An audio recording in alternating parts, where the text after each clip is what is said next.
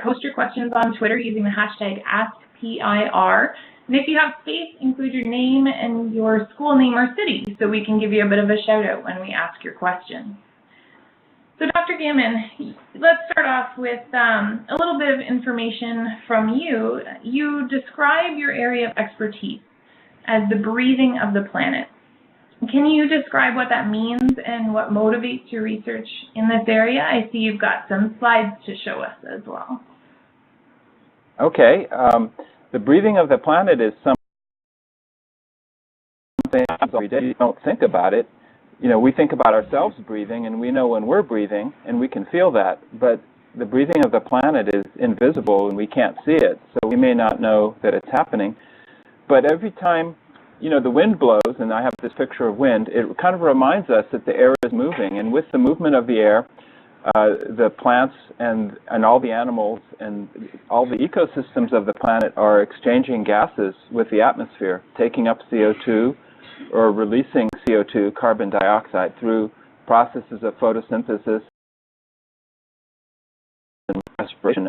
So even though it's invisible, every time the wind blows, it kind of reminds us that the planet is breathing. And we can use that to actually measure the breathing of the planet, as shown in this picture. I'm going to go to the next picture. You know, one way we can do this is to put a leaf in a chamber, and we can measure the photosynthesis of that leaf. But the problem with that is it doesn't tell us anything about the whole ecosystem. It just tells us about that one tiny little spot. So we can use the other method shown with the tower, which measures breathing of large, and that measures the exchange of CO2, photosynthesis and respiration. And so that's how we can measure the breathing at a larger scale. And the reason why we might want to do this is just so we can know the health of the planet, but we can also see how things are changing with stress, drought, or climate change. We might want to know, how is the world changing and how is the breathing changing? That gives us an indicator of the condition of the planet. So this method here, it's called the eddy covariance method, is a way that we can use the wind exchange of gases, and this is one way to measure the breathing. And something we can't see, but we can measure it with instruments. Now this is a complicated picture, but what it tells you is you can use all kinds of other methods like satellites and airplanes to measure the whole world, and we get pictures of the whole world, like you see in the upper left-hand corner, and from that we can tell how much we can tell the photosynthetic rates, the activity, the breathing of different parts of the Earth. And how do we do that? Well, we do that by comparing satellites to imagery from aircraft to things that we measure on the ground. So what you see in the bottom left-hand corner is the breathing measured from the eddy covariance, that little tower in the picture, and from a little robotic cart.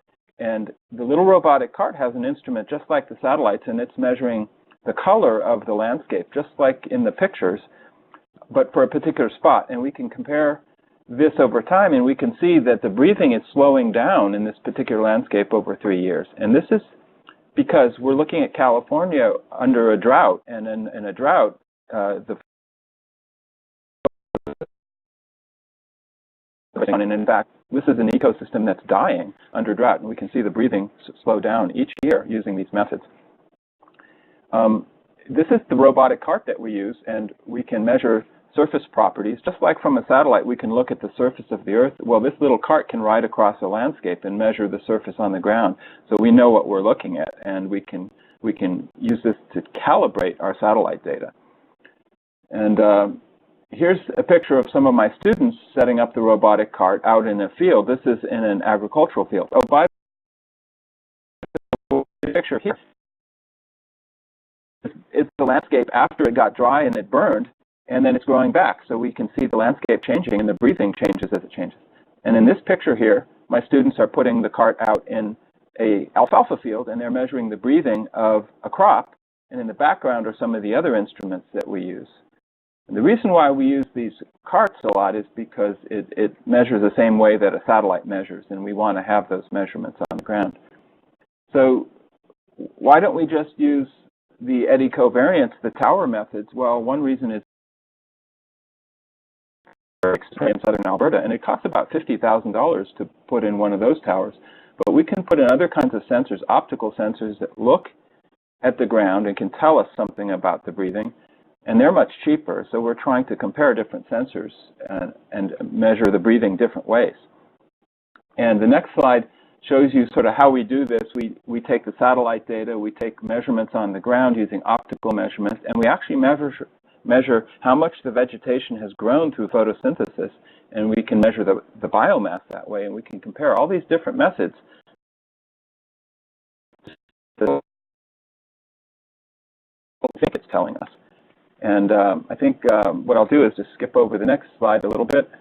And I want to take you to a place I've been called Barrow, Alaska. This is the northernmost tip of Alaska, the Arctic tundra. And it reminds me why I'm interested in these kinds of questions, because as we know, the world changes and the world is warming in the north. And what this is doing in Alaska is the sea ice is melting, and so there's more waves along the coast. The permafrost is also melting, and so you can see the coast of the town eroding away as the waves wash away more and more of the town every year. It's washing away about 10 meters of the coastline here every year from the melting of the permafrost and the melting of the sea ice and the waves. And the interesting thing about this picture is it reminds me people lived here hundreds and hundreds and thousands of years ago even. You can see the whalebone rafters of an old house that are washing out as the permafrost melts away. And sometimes people, bodies wash out because it's a real challenge and problem for the people who live there to try and preserve their history. But the other interesting question is, how is this melting and changing affecting the breathing of the tundra, the photosynthesis and the respiration? One idea is as the landscape melts, more respiration, carbon will be coming out of the soils, and that will speed up climate change because that's warming the atmosphere. The other idea is, well, maybe the plants will grow more and the breathing will change in a different way. Photosynthesis will increase, and that will take up carbon. There's reasons why we're interested in places like the north because they're changing so fast. So we're interested in understanding how change and disturbance affects the breathing, and we do that by measuring photosynthesis and respiration in all sorts of places using these methods. So that's all I'll say for an introduction and let you guys ask me questions. That was great. Thanks, Dr. Gamon. I think let's start with Mr. Robinson's class at Exarnate Middle School in Iqaluit, who has a question all the way from And Dr. Gamon, if you could close your slide presentation, we'll be able to see you a little bit better as well. Okay. Do we have a question from our grade 7 class?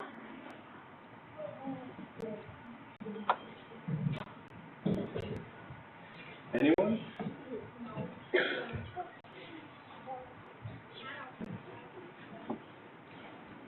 Did you have a question? No?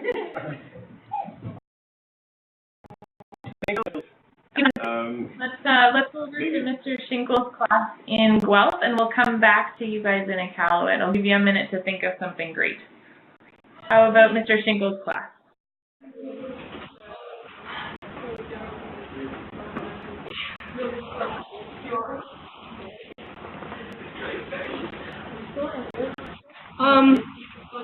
Sorry.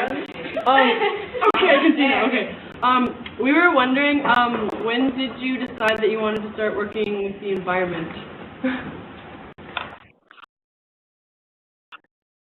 Good. I think it was pretty late in life for me because I actually got pretty tired of science in school and college. I took science classes, but what really got me excited was after college, I got to work with a scientist. And these were a group of scientists at a place called Carnegie Institution, and I had so much fun doing what we did every day. It was creative, it was exciting. Every day I was eager to and I had no idea you could have so much fun doing a job like that. And I thought, well, why didn't anybody tell me this in high school and college? And I guess the field that I was studying hadn't even been invented in high school and college. So like a lot of the stuff I'm showing you here, I didn't even know that stuff was going to exist. So even though I was interested in the environment all my life, I enjoyed being outdoors, I enjoyed plants and animals and the outdoors, I didn't think of it as something I was going to actually do as a job until I got to do it by luck after college. I just fell into it. It was so exciting that I said, I have to keep doing this. I've got to do science. And I went back to college to get a PhD degree at that point and continued. I've been doing science ever since. So I hope some of you out there, who are interested in science, if you feel that you're interested, I hope you find a way to do it, because it's really a lot of fun. It's one of the most satisfying jobs and careers you can have. Great. And I think it must be the same now that, the careers that will be around in 5 to 10 years, everything is changing so quickly. So let's check. Yeah, you never know. You never know what the future will hold. So, get a good education and learn about everything you can. And then, you might just fall into a really good opportunity. And that's how I did it. But. Excellent. So let's try going back to our grade 7s in Mr. Robinson's class in Iqaluit. Has anyone come up with a question? I know you've been studying more in the area of plants and photosynthesis, maybe? Okay, guys, any questions? Have you thought of any? No. I had one question myself. Is you were saying the coastline in Alaska is eroding by 10 meters a year. Is that true all over the Arctic? It's true in many coastal areas of the Arctic. Not all areas, but areas that have sort of peat soils with permafrost. As the sea ice diminishes and the storms and increase of action on the coast is leading to tremendous rates of erosion in parts of the Arctic. Certainly in parts of Alaska, that's true. There are other areas that are just like that, and whole communities are having to move as a result because their towns are washing away. Wow. So, Mr. Robinson's class, maybe we can ask you a question.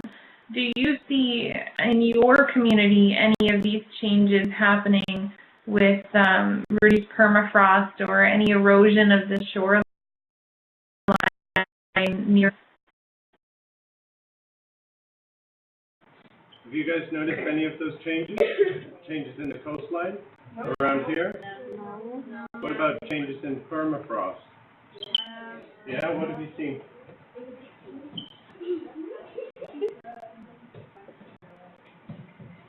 So you have seen some changes? Amber? Permafrost is the frozen ground, like beneath the surface.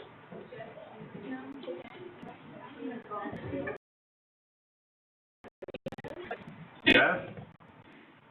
Can actually discuss what permafrost. Jeff? There's more plants growing. There's more plants growing? That's a good observation.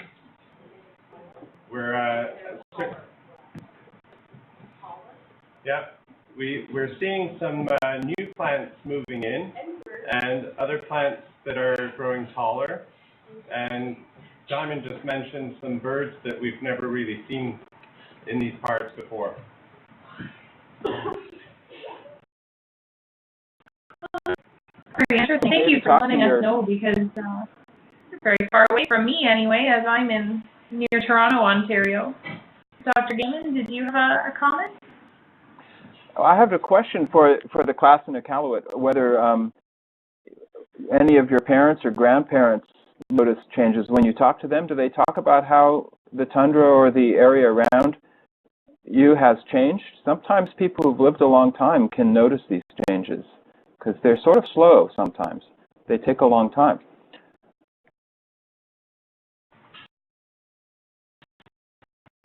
Did you guys all hear it? Yeah. So have any of your grandparents or parents talked about that? Yeah. Yeah, what if they said?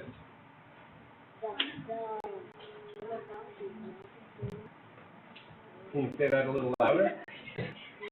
No? Okay, Josie's feeling a little shy, but he says that his grandparents are noticing the permafrost is melting. Jeff?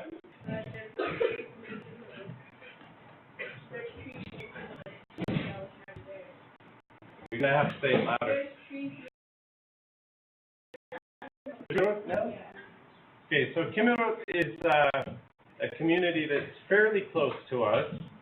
It's about a half-hour flight, I think, south of here, and they're saying there's trees starting to grow there. Wow.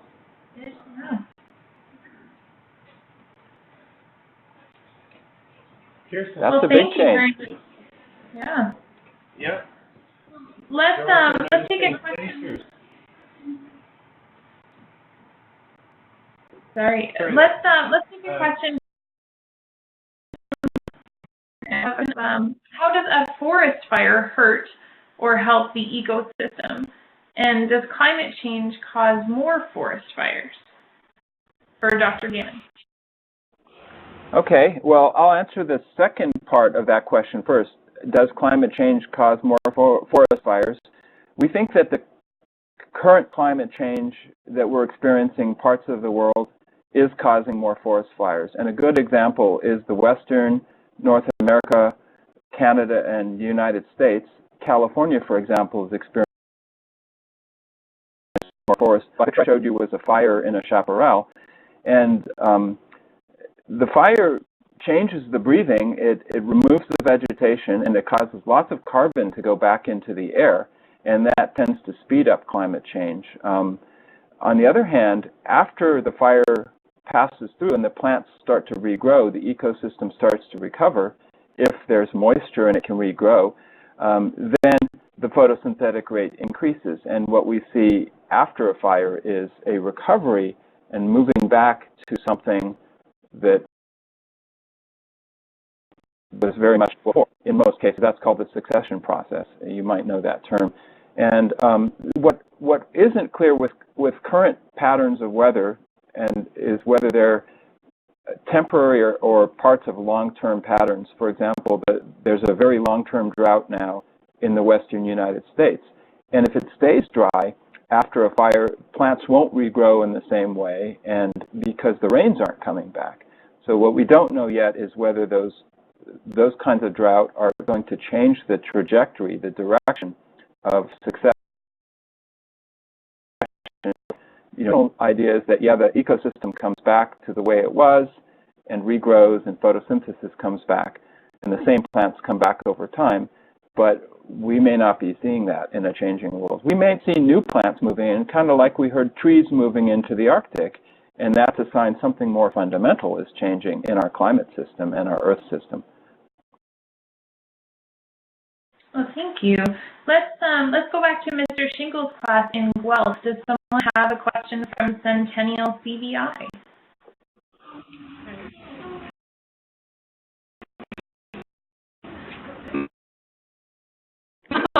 Our question is, what is the worst cause of water pollution? Thank you.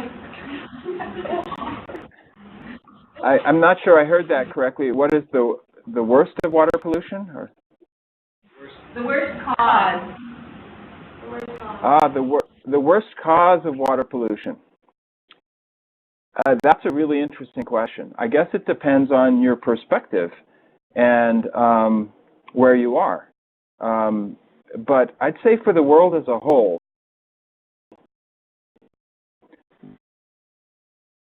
pollution is the use of fertilizer and fossil fuels, which cause nitrogen to get into the water and also phosphorus to get into the water. And phosphorus and nitrogen are important nutrients, but when too much of that gets into the water for lakes and streams, it causes algal blooms that can be quite toxic and dangerous. And when those algal blooms happen in the ocean, for example, the Mississippi River that drains into the ocean, into the Gulf of Mexico, it kills the fish in the Gulf. Mexico. It tends to create toxins that are toxic to people and animals and fish, but also it draws down the water, the oxygen in the water, which kills fish. So I'd say one of the big problems with water pollution is the amount of nitrogen and phosphorus that's getting into the water around the world because of human activity, fertilizers, and we mobilize nitrogen through burning fossil fuels, and all that nitrogen ends up in the water eventually. Everything sort of ends up in the water, so what we do ends up there. So there's local problems that are far more severe for people. The world as a whole, I would guess maybe nitrogen mobilization is the biggest one. Excellent. Thank you. I think we spent some time talking with our grade 7s in Exarnate. Maybe we can go for another question right now from Mr. Schinkel's class in Guelph.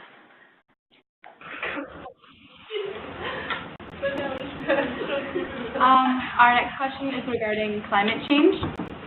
It's how will climate change affect Canada as a whole, and how long do we have?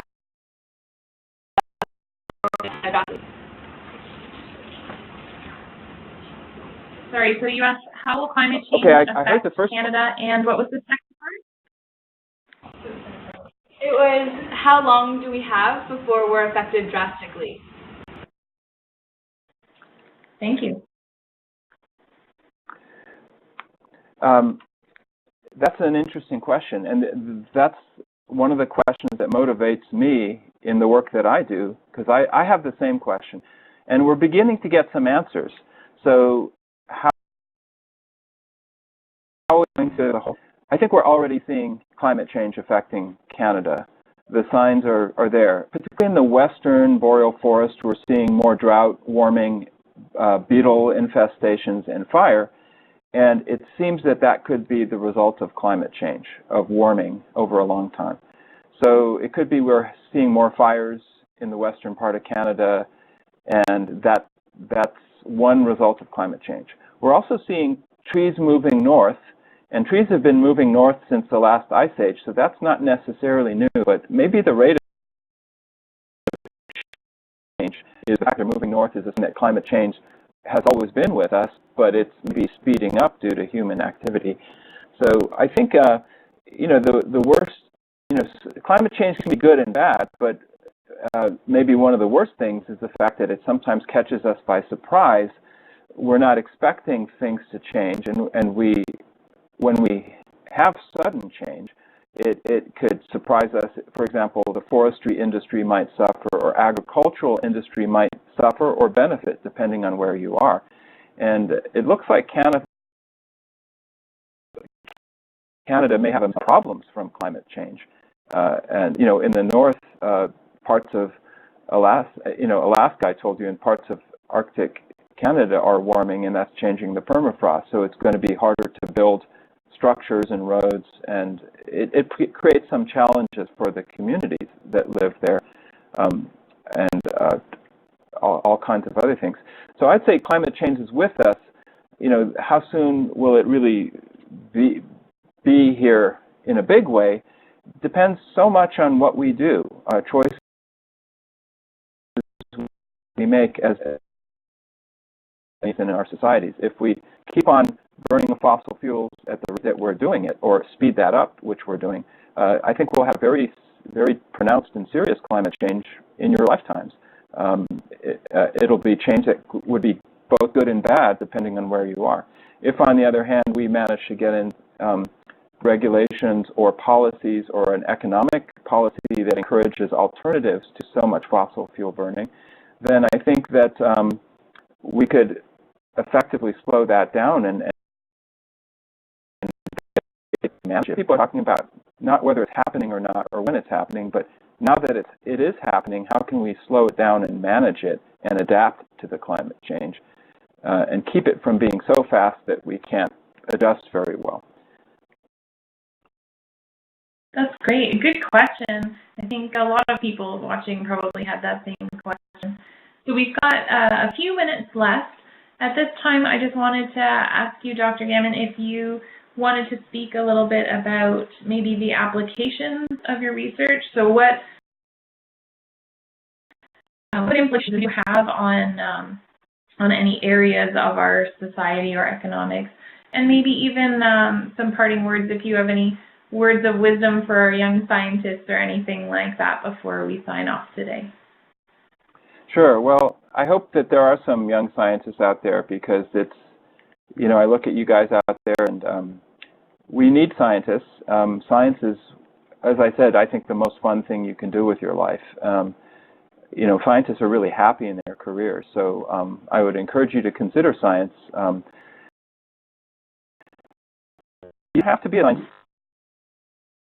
So you can be an English major, you can be a history major and become a scientist. But the point is, do whatever you do, and if you enjoy it, find a way to do it. In terms of practical applications, there's lots of things that we try and do. At the same time that we're measuring the breathing of the Earth, we're also looking at what's growing where and the biodiversity of the landscapes. And so what we're trying to do is develop new ways of monitoring biodiversity, so that as the world changes, we can manage, preserve biodiversity better by using satellite data and aircraft data to tell us where the diverse regions are and maybe protect those areas better. So one of the problems is we're losing biodiversity, and so managers need to know, how do we manage the land, parks, and other things to maintain biodiversity? So maybe we can help with that problem. In terms of the breathing of the Earth, the processes we measure can really help tell us about the health of an ecosystem. For example, if you're a farmer, we can tell you a lot about the health of your crop and whether it needs more, just not adding any more nutrients and avoiding that water pollution.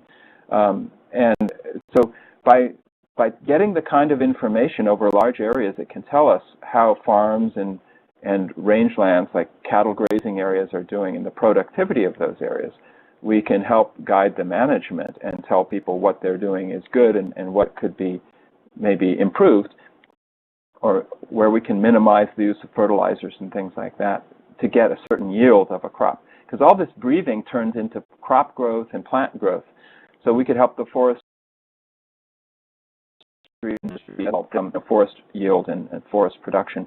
I also imagine a future world where we might be measuring carbon everywhere all the time. Just like right now we have an economy that measures money, and we know how much money gets exchanged in the economy. We can keep a budget of money exchange. I envision a world where we keep a carbon budget and we measure the carbon, the breathing of the Earth everywhere, and we use that to reward people and countries that do a good job of maintaining the absorption of carbon through photosynthesis. For example, if a country has a rainforest forest and they protect the biodiversity and the photosynthesis, that's good for the planet because it takes up carbon and keeps the climate stable. If a rancher manages his or her land very well and keeps it healthy, and that takes up carbon and puts that carbon in the soil, we can reward those ranchers by paying them to store that carbon. So I think there's practical things we can do in the future that haven't even been invented, like a carbon market. And that's something I'm trying to other people. And I don't know if it'll happen, but if it happens, I think that could have all kinds of benefits. And there's also other things as well, but maybe I'll stop with that. And, you know, we don't know what the future holds, but science is a really good way to understand what's happening in the world. It's a tool we use. It's a lot of fun. And, you know, I get to be outdoors, I get to travel and see different parts of the world, and I get to work with different kinds of people. And it's really exciting. And I hope that if you feel that excitement when you go outside and look at the world and have a question about it, because it's really one of the best ways to get answers to your questions. And I hope to see some future scientists out there. Well, thank you. That's unfortunately all the time we have for today. I'd like to say thank you again to our live stream viewers and our two classes in Iqaluit, Nunavut and Guelph, Ontario, and to Dr. John Gamon for taking the time to answer our questions and share his expertise with us. So thank you for joining us today. I hope everyone enjoyed today's event. To see what's coming up on the PIR live event the website at www.pirweb.org or follow us on Twitter at PartnersInRes. Have a wonderful day and goodbye, everybody. Thanks for all your great questions. Bye-bye.